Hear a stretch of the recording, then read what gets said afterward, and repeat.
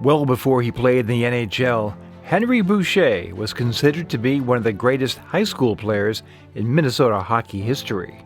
But his high school career ended suddenly in the 1969 state championship game when he was badly injured and had to be carried off Minnesota's Met Center ice. 6 years later, his NHL career would effectively end on the same Met Center ice, when he was again severely injured in one of the most gruesome acts of violence to ever stain the sport of hockey. But in between these troubling events, Boucha became a medal-winning US Olympian, a popular and dynamic NHL player, and a role model for Native American athletes. And while his legacy will always be connected to that horrifying night in January 1975, Henry Boucha's life story is a lesson in courage, forgiveness, and the peace he found in the wisdom of his ancestors. Henry Charles Boucha was born June 1, 1951, on the Canadian-U.S. border in Warroad, Minnesota. He was from a family of 9 with a strong Chippewa Indian heritage. Henry witnessed multiple family tragedies growing up. He's lost a sister to a heart ailment, another sister to a fire, and a brother was killed in a gun accident. A skilled athlete excelling in football, baseball, track, and hockey, Henry was often compared to legendary all-around Native American athlete Jim Thorpe. He played high school hockey for Warroad High School and was considered to be one of the most electrifying players ever to play in the state of hockey. Boucha played in what is still remembered as the greatest game in Minnesota high school history, when the Cinderella Warroad Warriors took on Edina in the 1969 state championship game. Henry was the best player in either team, logging 60 minutes of playing time each game preceding the final.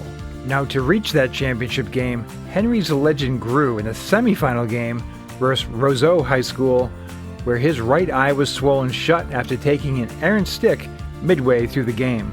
After getting stitched, Boucha returned to the game and, with seconds remaining in a tie game, blasted a shot from the right point that beat the buzzer and sent Warroad to the final. 4 minutes into the second period of the final game, Boucha, who had already scored a goal, rushed the length of the ice and fired a shot. The goalie deflected it. Boucha chased the puck to the corner, where an Edina defenseman slammed his head into the glass. Boucha slumped. The crowd hushed.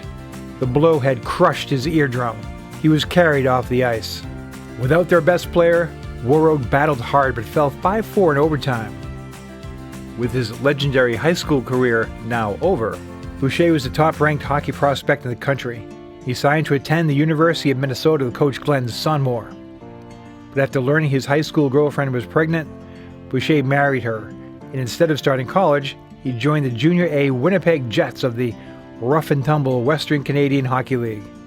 Boucha played well in Winnipeg and was lured away by the U.S. national team in hopes of being chosen for the 1972 Olympic Games. There'd be no lack of motivation for Henry making the U.S. squad. In 1970, with the Vietnam War raging, he began serving in the U.S. Army and reported for duty at Fort Knox, Tennessee. If Henry got cut from the U.S. team, he'd receive an all-expense-paid trip to join the U.S. Armed Forces in Saigon. But Henry excelled at the 1971 World Championships in Switzerland, where he scored 7 goals in 10 games for Team USA. And with that performance, he earned himself a spot on the U.S. Olympic roster. Boucha was one of the biggest stars on that ragtag U.S. Olympic team that shocked the hockey world by earning a silver medal in Sapporo, Japan. With virtually no media coverage, the upstart 72 team is often forgotten in history. This collection of high school heroes, college All-Americans, and U.S. Army soldiers was expected to finish 5th behind the Soviet Union, Czechoslovakia, Sweden, and Finland. The Soviet and Czech teams were especially powerful, as there was no distinction between amateurs and pros in communist countries. These teams were made up of seasoned professionals and were ranked number 1 and number 2 in the world. The key game, the upset of the tournament, was when the U.S. beat Vaclav Nedomansky and the powerful Czech team 5-1. This shocking result was nearly as astonishing as the U.S. wins over the Soviets in 1960 and 1980. The young Americans went on to upset Finland, then beat Poland, while the Soviets beat the Czechs. These results boosted the U.S. from 4th to 2nd for an unexpected silver medal, and Henry contributed 6 points in 6 tournament games. Meanwhile, Henry, who had been selected 16th overall by his favorite NHL team, the Detroit Red Wings, in the 1971 draft, was also selected first by the Minnesota Fighting Saints of the fledgling World Hockey Association. Both teams were in hot pursuit of Boucha's services.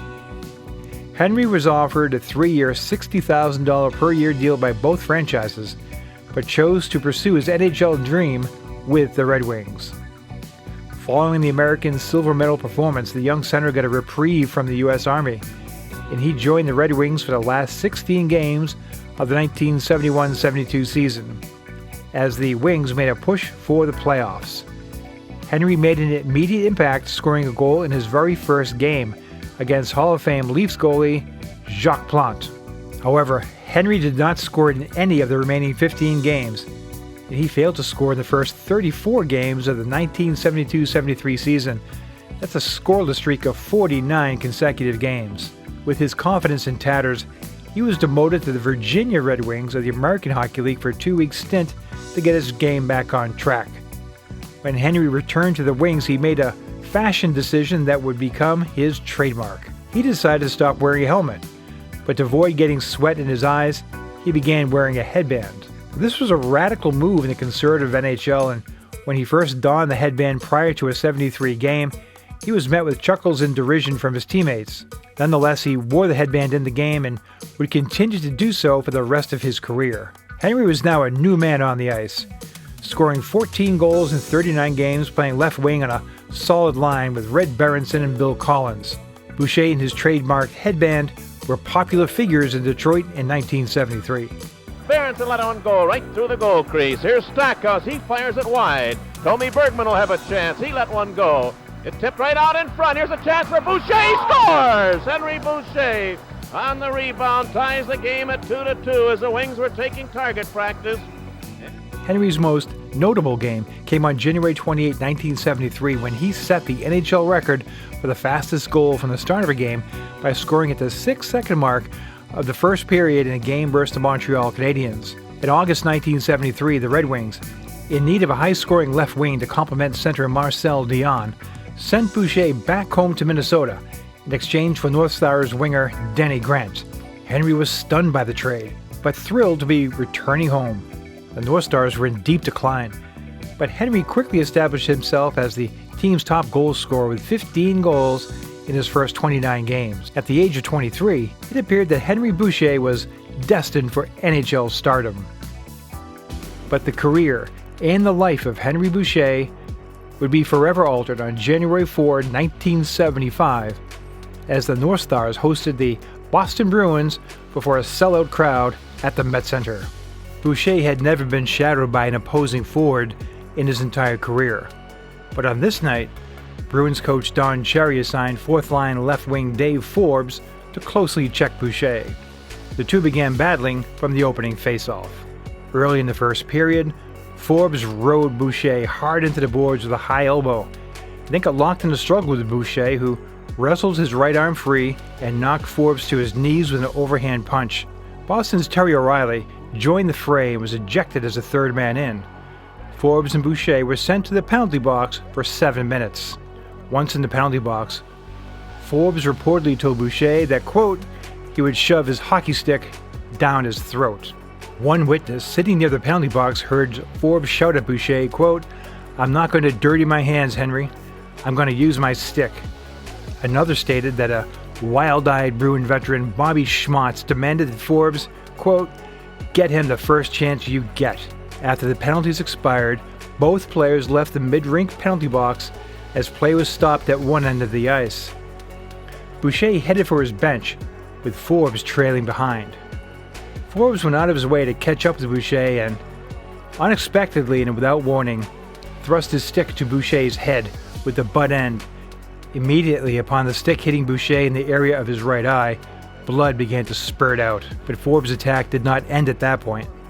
Rather, as Boucha clutched his eye, which he had thought he had lost, he fell stunned and bleeding to the ice.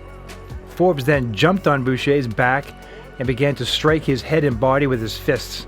Forbes then grabbed Boucha's hair and began to pound his face into the ice as blood radiated from Boucha's head. The North Star's Murray Oliver pulled Forbes off Boucha and later stated that he, quote, probably saved Henry's life. Boucha was carried off the ice and had no idea at that point how severe his injury was. The injury required 25 stitches. It took 10 days for the swelling to go down so his eye could open. It was then that Henry realized that he had significant double vision in his right eye, and the damage was likely permanent.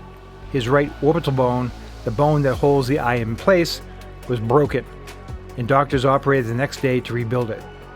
For his part, Forbes called Henry in the hospital to apologize, but later stated that, quote, if he didn't retaliate against Boucha, that would have been telling him I was afraid, that he could, quote, walk all over me.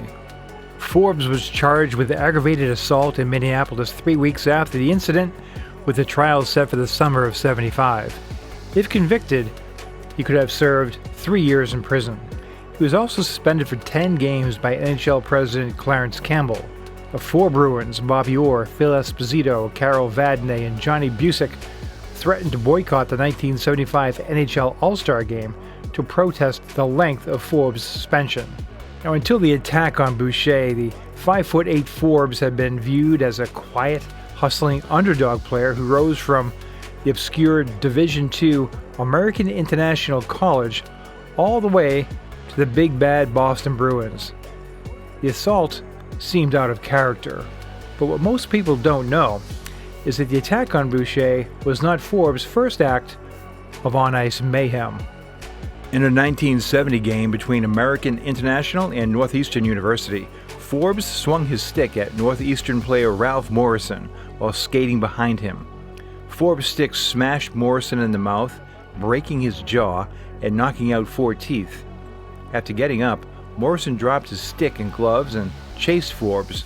Forbes defended himself by repeatedly striking Morrison in the face with his stick, cutting him below the left eye and between the eyebrows. In addition to the broken jaw, Morrison suffered a concussion that required 35 stitches. It was the worst bloodletting I've ever seen, said Gil Fernald, a Northeastern player who witnessed the incident. I've never seen a player carved up so bad. Forbes' hockey career declined after the Boucha incident. He was acquired in the 1977 Intra-League draft by the Washington Capitals and released the next season. After coming back to play 13 games with the North Stars, double vision and all, Boucha struggled badly on the ice. His impaired vision made it difficult to accept passes and handle the puck. Boucha spiraled into a deep depression and began drinking heavily. He was late for multiple team practices and repeatedly missed curfew. Finally, the North Stars had enough, and they suspended him for the rest of the season. Making matters worse, his attorney never finished the paperwork on his 4-year contract offer, which of course the North Stars now rescinded. Luckily for Henry, the World Hockey Association's Minnesota Fighting Saints returned on the scene, and they were happy to sign him for the 1975-76 season. The Fighting Saints were the most talented team Henry ever played on and featured high-profile stars like Mike Walton, Dave Keon, John McKenzie, and tough guys like Paul Holmgren and Jack Carlson. Boucha's contract was supposedly guaranteed. Meanwhile, the Forbes trial dragged on through the summer of 1975 and received worldwide publicity as it was highly unusual for an athlete to face criminal charges for assault during a game.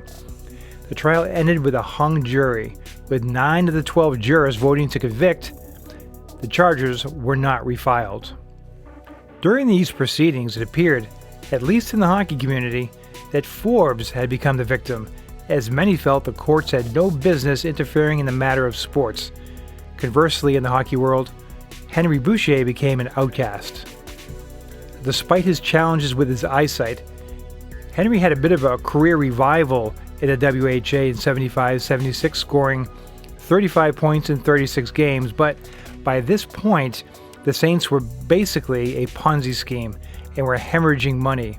To make matters worse, Henry's lackadaisical attorney never verified that his contract was guaranteed, and of course, it was not. As the Fighting Saints were on the cusp of folding, Boucha declared himself a free agent and signed with the NHL's Kansas City Scouts for the last part of the 75-76 season. and he remained with the miserable franchise when it relocated to Colorado in 76-77. Boucha rarely played in Colorado as coach Johnny Wilson was told to keep him out of the lineup in retaliation for the pending lawsuit regarding the Dave Forbes incident. After playing just 9 games with Colorado, Boucha's contract was bought out for 2/3 of its value. At the age of 25, Henry Boucha's pro career was now over. According to Henry, the eye injury took the wind out of my sails. I lost my drive. The league and the Players Association wouldn't return my calls. The way the league was treating me, I knew they wanted me out. Henry added, I put myself through hell. I hated hockey. I was really hurting inside. I kept to myself. After retiring, Boucha lived in Spokane, Detroit, Warroad, Idaho, and Alaska. Boucha had become a lost soul, indulging in alcohol and drugs in a failed attempt to ease his depression. He was divorced twice, moved around the country, and was bankrupted by failed businesses in the meat industry and the music industry. In 1980, he finally reached a settlement in a civil suit versus Forbes and the Boston Bruins, but the court victory did little to stem his boozing and depressive thoughts. But Henry Boucha reached a turning point in 1984 when, while hiking in Alaska, he found the body of a golden eagle in a snowbank. Because the eagle feathers are important in Native American culture, Boucha took it as a sign. Quote, I knew something significant was going to happen, he says. At the request of his daughter, he moved back to Warroad. He became a licensed real estate agent in 1987, coached youth hockey, and in the years since, he emerged as a leader in encouraging Native American pride and public awareness of Indigenous peoples' contributions to greater society. This is my passion, Boucha has said. Quote, after hockey, I found myself in my culture, my traditions, my spirituality. I want young Native Americans to find this strength that we all have been given, but don't always recognize. In 1995, Boucha was reintroduced to the hockey world at large when he was inducted into the US Hockey Hall of Fame. He has since embraced his pro hockey past and enjoys reuniting with ex-teammates. Boucha is a big fan of his second cousin, NHL star TJ Oshie, who refers to Henry as, quote, Uncle Henry. In 2014, Boucha released his autobiography and created a film company which is producing a documentary celebrating Native Americans in the US Olympics. In recent years, Boucha has battled health issues. He suffered a stroke in 2018. In 2019, he underwent hip surgery and then suffered a heart attack and underwent heart surgery that August. Facing these and other challenges throughout his life, Henry has gained solace in helping others. He has also learned to forgive the man who changed the course of his life. Through time and through self-healing and getting back to my roots as a Native American and finding my spirituality, certainly part of that is forgiving. So I, over the years, have forgiven him, but I've never talked to him and he's never contacted me, or our paths have never crossed. The Pro Hockey Alumni is dedicated to promoting and celebrating the legends who made the game great. Here are 2 more videos created for those who love the history of the game.